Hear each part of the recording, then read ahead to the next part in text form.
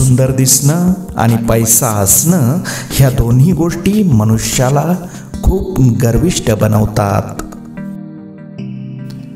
आपल्याकडे तितकंच असतं ज्या गोष्टींसाठी आपण पात्र असतो. दुसऱ्याकडे पाहून ओढणाऱ्या गोष्टी हा आपला मोह असतो.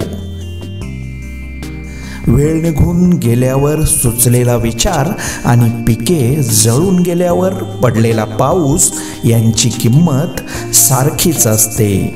राग आल्यावर थोडं थांबलं आणि चूक झाल्यावर थोडं नमलं तर जगातल्या सर्व समस्या दूर होतात.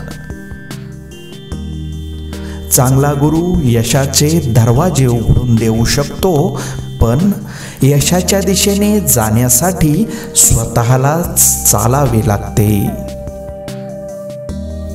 आवड आणि आत्मविश्वास असेल तर कुठलीच गोष्ट अवघड नाही.